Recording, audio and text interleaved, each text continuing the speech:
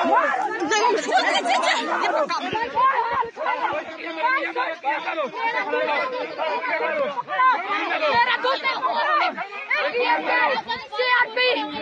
मेरे को पकड़ लाया, अभी सीआरपी मेरे को यहाँ पकड़ रही है।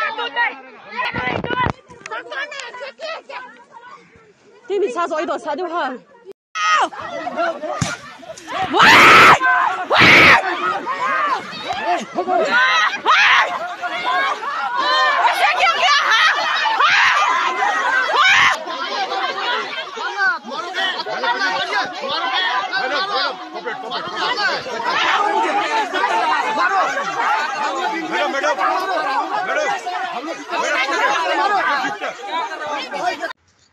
सर जय हिंद। मेजर मोहम्मद अली शाह सर, जय हिंद। बहुत बहुत शुक्रिया समय देने के लिए। Thank you sir. जय हिंद Rajesh ji, thank you. Thank you sir, बहुत बहुत शुक्रिया आपने समय दिया, क्योंकि मणिपुर से कुछ ऐसी तस्वीरें सामने आई सर जिसने मेरे जहन में कई सवाल खड़े किए।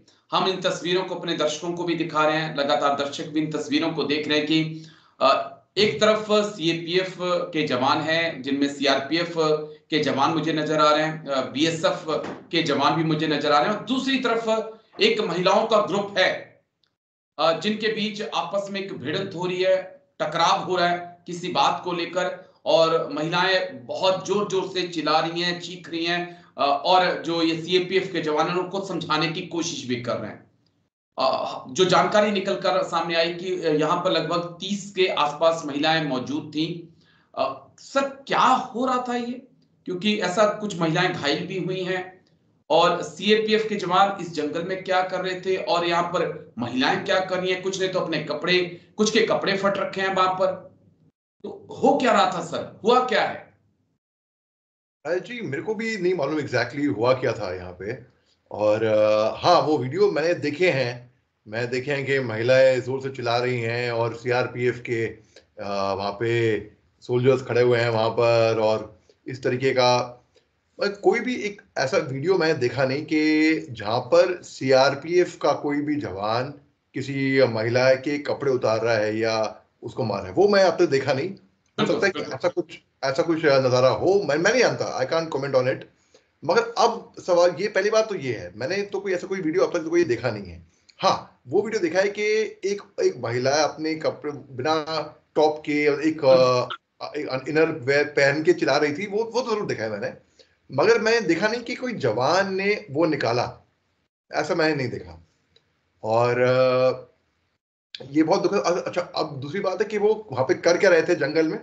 देखिए मुझे लगता है कि कोई सीआरपीएफ कोई ऑपरेशन लॉन्च करने आई होगी शायद। महिलाएं क्या कर रही थी जंगल में, उनका हक है, उनकी जमीन है, उनका तो कोई उसमें कोई फेयर इनफ, अगर महिलाएं भी वहां पे थी। अक्सर क्या होता है कि कोई भी फौज का ऑपरेशन होता है, चाहे जम्मू कश्मीर में हो चाहे मणिपुर में हो, मणिपुर में अगर वैली में हो, मैते एरिया में हो, तो मायरा पाई भी अक्सर आ जाती हैं। बल्कि 2023 में तकरीबन 14 KYKL के अंडरग्राउंड फैक्शन थे जहाँ पे आर्मी ऑफिसर को उनको छोड़ना पड़ा, उनको वहां पर वो गिर गए थे, और वहां पे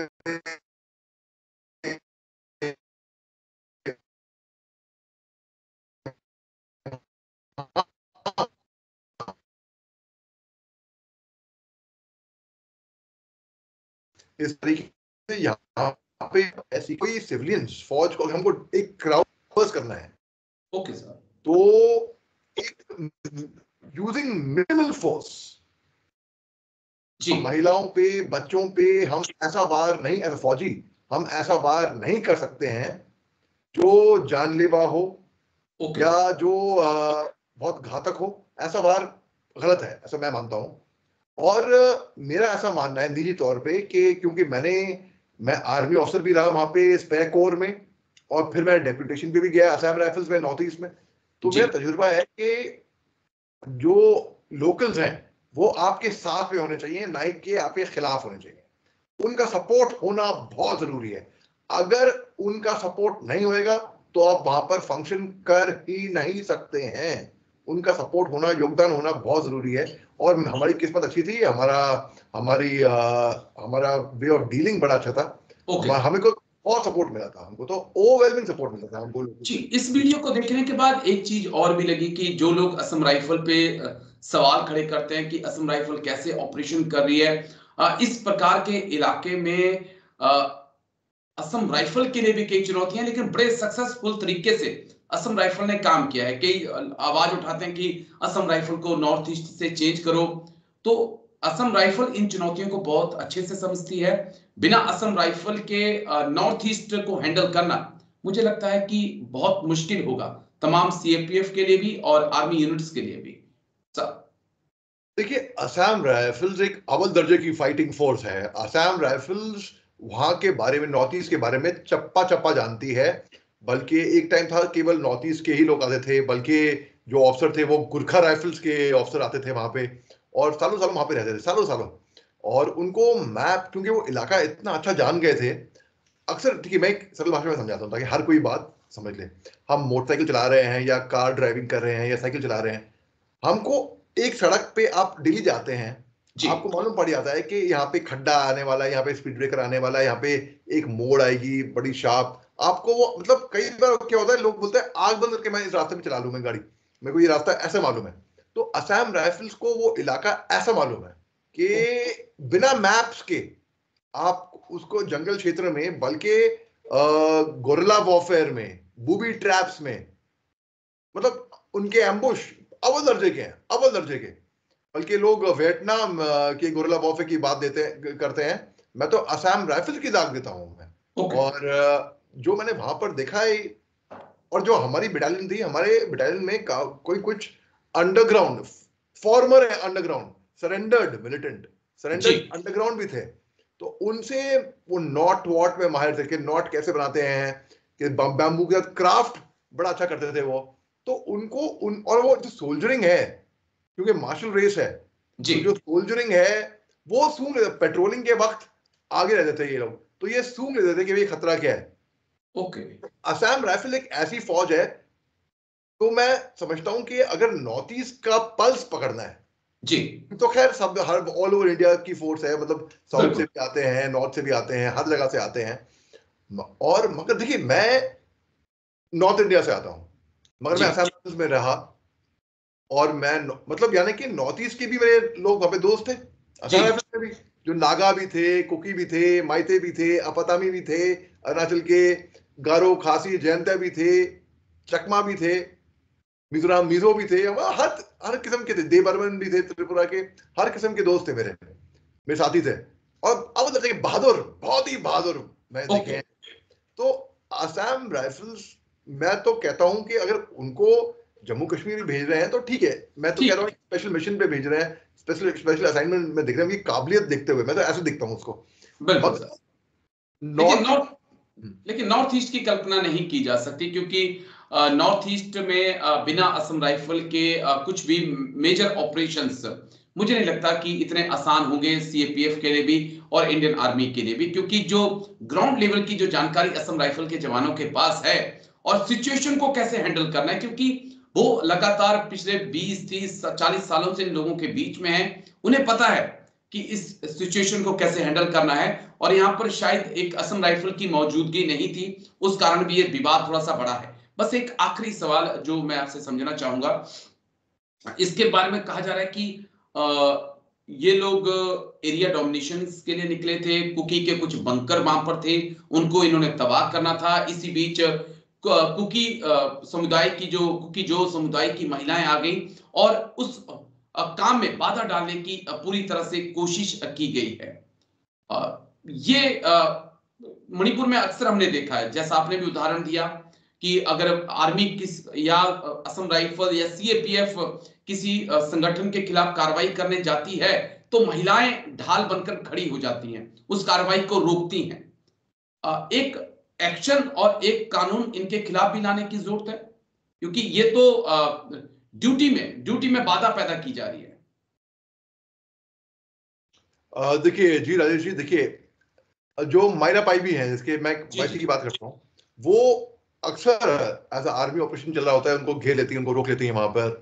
बल्कि एक वीडियो सामने आया था कि भाई वो मायरा पाई भी आर्मी और जवानों को पूछ रही, कहाँ से आए हो, आई कार्ड दिखाओ, अपना आई कार्ड दिखाओ। तो लोगों ने मेरे को भेजा भाई ये क्या टाइम आ गया भाई, वहां के लोकल सिविलियन मायरा पाइबीज फौजियों से पूछ रहे हैं अपना आई कार्ड दिखाओ, हम उनका आई कार्ड मांगेंगे, वो हमारा आई कार्ड मांगेंगे, है। तो अब उसके बारे में इतना मेरे को बहुत ही दुख तो हुआ था, लेकिन मैं आपको बताऊं मेरा निजी तौर पे तजुर्बा मायरा पाइबीज के साथ बड़ा अच्छा रहा है राजेश जी।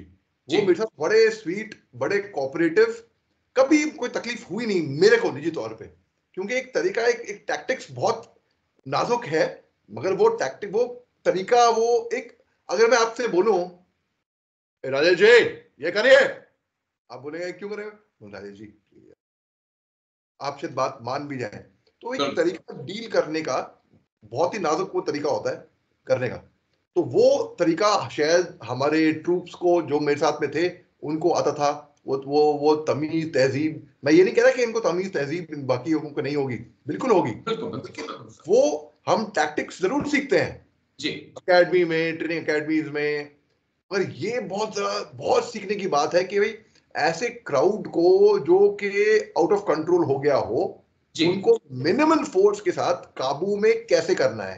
दूसरी बात ये ए टू सिविल अथॉरिटी, कई बार लोग पूछते हैं कि भाई क्योंकि आर्मी शुरू में क्यों नहीं आई, क्योंकि आर्मी को बुलाया नहीं, रिक्वेजिशन जाता है एक प्रॉपर टाइप गवर्नमेंट से आर्मी के रिक्वेजिशन फॉर्मली, जहां पर मैप्स, गाइड, स्काउट्स सब ये सब मिलते हैं, और फिर बोलता जाता है कि यहाँ पर आपको एड टू सिविल अथॉरिटी, क्योंकि आर्मी का काम है बाहर एक्सटर्नल एग्रेशन को कंट्रोल करना, बाहरी दुश्मन को, चीन को, पाकिस्तान को, कोई हमारे सरहदों पे ना घुसाए। अपने लोगों पे तो हम गोली नहीं मार सकते, अपने लोगों पे, बल्कि खासतौर से महिलाओं पे और बच्चों पे एक टैक्टिक्स डील करने का एक वो तरीका होता है। मेरे को बहुत दुख हुआ कल देख के कि मैंने कल न्यू ईयर नहीं मनाया, पता है, कल रात को 12 बजे दिसंबर को मैं नहीं गया, मेरा परिवार गया हुआ है, वो विदेश गए हुए हैं वहां पर, मगर मुझे भी जाना था मगर मैं गया नहीं, मैंने कहा नहीं मैं जाऊंगा नहीं, पहली बात तो ये है, और दूसरी बात मेरे को बहुत दिल रोया, मैं हैप्पी न्यू ईयर किस मुंह से विश करूं मैं, भाई मणिपुर में तकलीफ हो रही है हमारे भाई बहनों को, जो कि मायते भी हैं कुकी भी हैं, उनको दोनों को तकलीफ है, तकलीफ मायते को भी है कुकी को भी है, और सिक्योरिटी फोर्सेस जो हैं उनको भी तकलीफ है, सबको तकलीफ है सबको। बस एक आखिरी सवाल जो मैं आपसे समझना चाहूंगा, क्योंकि साल के आखिरी दिन मणिपुर के मुख्यमंत्री सीएम एन बीरेन सिंह ने जो कुछ मणिपुर में हो रहा है उसके लिए माफी मांगी है। आप इस माफी का क्या इम्पैक्ट पड़ेगा? माफी की जगह क्या एक रोड मैप मणिपुर की जनता उम्मीद कर रही थी कि शांति का एक road map CM Biren Singh लेकर आते? जी बिल्कुल, इसमें तो कोई शक की बात नहीं, एक शांति का रोड मैप लेके आते। उन्होंने ये भी कहा है कि जो past since of the previous government, Congress government, देखिए राइट जी, ऐसा होता है पास्ट में, अभी फर्ज करिए अभी मेरी उम्र 45 साल है, 45 ईयर, और जब मैं 10 साल का था, 12 साल का था, तो मैंने गलतियां हुई होंगी मेरे से कुछ, बिल्कुल, बट आई ओवरकम दैट। मेरे को हकलाने की प्रॉब्लम थी बचपन में जी, मैं अभी तो हकलाता नहीं, बल्कि अभी तो मैं एक अंतरराष्ट्रीय टेडेक्स स्पीकर बन गया हूँ, सबसे ज्यादा टेडेक्स टॉक्स दे रखी है, टीवी चैनल से बोलता हूं मैं। तो जो पास में हुआ वो इरेज करके मुझे आगे ही बढ़ना है, मुझे पीछे मुड़ के देखना नहीं है कि भाई क्या गलतियां, कैसा था मैं, आज कैसा हूं, आज क्या कर रहा हूं, वो बहुत जरूरी है। तो हमको इसकी जिम्मेदारी उठानी पड़ेगी, और हमको मणिपुर में शांति लानी ही पड़ेगी किसी भी कीमत पे। और अगर अभी शांति नहीं लाए, तो वैसे भी कुछ बर्मा के, कुछ म्यांमार के कुछ वीडियोस हैं जो सर्कुलेट हो रहे हैं मणिपुर के नाम देकर, तो जो फॉरेन पावर्स है ना, जो इसके वेस्टर्न इंटरेस्ट हैं, जो हिंदुस्तान को आगे तरक्की पे बढ़ता हुआ नहीं देखना चाहती, तो वो इसका फायदा उठाएंगी, और वो इसमें तो बहुत सबसे दुखद बात, बदकिस्मत की बात वो होगी, कल तो जो जिस तरीके से महिलाएं, एक महिला की तो आंख फूट गई, और मैं इस तरीके 30 से ज्यादा महिलाएं घायल हैं, कईयों को हॉस्पिटल ले जाया गया है सर, और ये बहुत चिंताजनक है। लेकिन महिलाओं को भी ये समझना होगा कि आप सिक्योरिटी फोर्सेस के काम में दखल अंदाजी ना करें, वो भी घर छोड़कर नेशंस के खातिर वो अपनी ड्यूटी कर रहे हैं, उनको, उनकी किसी के साथ दुश्मनी नहीं है, वो ना कुकी के साथ है ना वो मेतई के साथ है, वो ड्यूटी कर रहे हैं, उनको जो ड्यूटी दी गई है। तो आप ड्यूटी में बाधा ना पैदा करें, अगर बाधा पैदा करेंगी तो फिर कानूनी कार्रवाई आपके ऊपर भी हो सकती है। सर आपने बड़ी अच्छी बात करी है। इसको मैं एक हल्का सा इसको मैं ये बोलता हूं कि ये देखिए, जो मणिपुर में इस वक्त ट्रस्ट डेफिसिट है। जो माइते हैं वो असम राइफल्स पे विश्वास खो चुके हैं जी, और जो कुकी हैं वो मणिपुर स्टेट पुलिस पे विश्वास खो चुके हैं।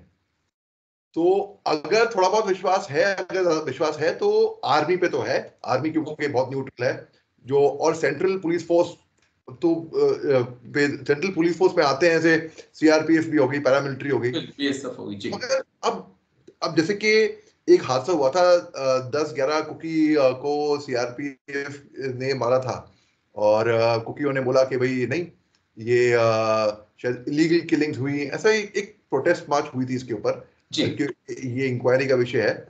और कल भी जो हुआ तो ये दुखद बात है एक्चुअली। अब क्योंकि ये ट्रस्ट खो चुके हैं ना जी, तो ये सोचते हैं अब हमें बचाएगा कौन। ओके, अब ऐसे सोचते हैं कि हमको असम राइफल्स, जो ऐसा गलत सोचती है, मैं सोच रहा हूँ असम राइफल्स अव्वल दर्जे की फौज है और led by army officers. Army officers ही हम जैसे ही लीड करते हैं असम राइफल्स को। तो वो सोचते हैं कि हमको असम राइफल पे एतबार नहीं है, कुकी बोलेंगे हमको पुलिस पे एतबार नहीं है। तो इन्होंने अपनी हिफाजत के लिए वहां पर बंकर खोद दिए, जो कि fortification of any place outside illegal है। ये अलाउड नहीं वैसे। फोर्टिफिकेशन, आप बाहर बंकर खोद दो अपने आप को बचाने के लिए। अपने घर के अंदर आप रेनोवेशन कर सकते हैं, अपने घर को आप बुलेट प्रूफ बनाइए, अपने घर जो आपकी टेरिटरी है उसके ऊपर आप बंकर बनाइए, वो अलाउड है। वो कोई, मगर बाहर fortification is not allowed actually speaking, कानून के तहत। अब इनको अपनी हिफाजत करनी है, अपने आप को डिफेंड करना है, तो इसलिए इन्होंने बंकर बनाए। इसका तो मैं कोई वो डिफेंड बता रहा हूं मैं आपको क्यों इन्होंने बंकर बनाए। अब जब फोर्स आके वो बंकर को डिस्ट्रॉय करती है और अगर लोग आके उनको रेजिस्ट करते हैं, उस क्राउड को, सिविलियन को डिस्पर्स करना भी ये बहुत ही मुश्किल काम है, लेकिन नामुमकिन नहीं है। बिल्कुल मिनिमम फोर्स आप बिना चोट पहुंचाए भी, हालांकि लोग कहेंगे कहना बड़ा आसान है, करना बड़ा मुश्किल ऑन ग्राउंड। वहां पर मैं मानता हूं ये बात, तो कहना बहुत आसान है, ऑन ग्राउंड जो होता है उसको भी पता है कि भाई क्या भीतरी होगी। बिल्कुल, मिनिमम फोर्स, मैं कभी इसका वो नहीं हुआ कि महिलाओं पे या बच्चों पे वार किया जाए। मैं तो है पीस की, and bye winning hearts and minds. मेरा तो ऐसा मानना है कि gun will never get piece, a gun will only bring pieces. हमको लोगों के दिल जीतने, और अपने लोग, वो अपने लोग हैं भाई, कोई बाहर से तो आए नहीं, कोई पाकिस्तान से तो आए नहीं वो, या चीन से तो आए नहीं वो, है तो अपने ही मुल्क के लोग। उनको ये महसूस होना चाहिए कि जो फोर्स वाले बंदे हैं वहां पे बंदूक के साथ, वो उनकी हिफाजत के लिए हैं, बजाय के उनसे वो इंटिमिडेट हुए। जी, ये बहुत ज्यादा जरूरी, बड़ी अहम बात आपने कही। लेकिन शुक्रिया सर, हमारी तो यही कामना है कि 2025 शुरू हो चुका है और 2025 में जल्द से जल्द मणिपुर में शांति आए, क्योंकि मैतेई दोनों ही बिल्कुल शांति से रहें और आगे अपनी तरक्की कर सकें। लेकिन शुक्रिया सर, आप आए, बहुत बहुत शुक्रिया इसके लिए। नए साल पर भी आपने आज हमें वक्त दिया, थैंक यू इसके लिए। जय हिंद सर, थैंक यू। जय Hind Raj ji, thank you sir.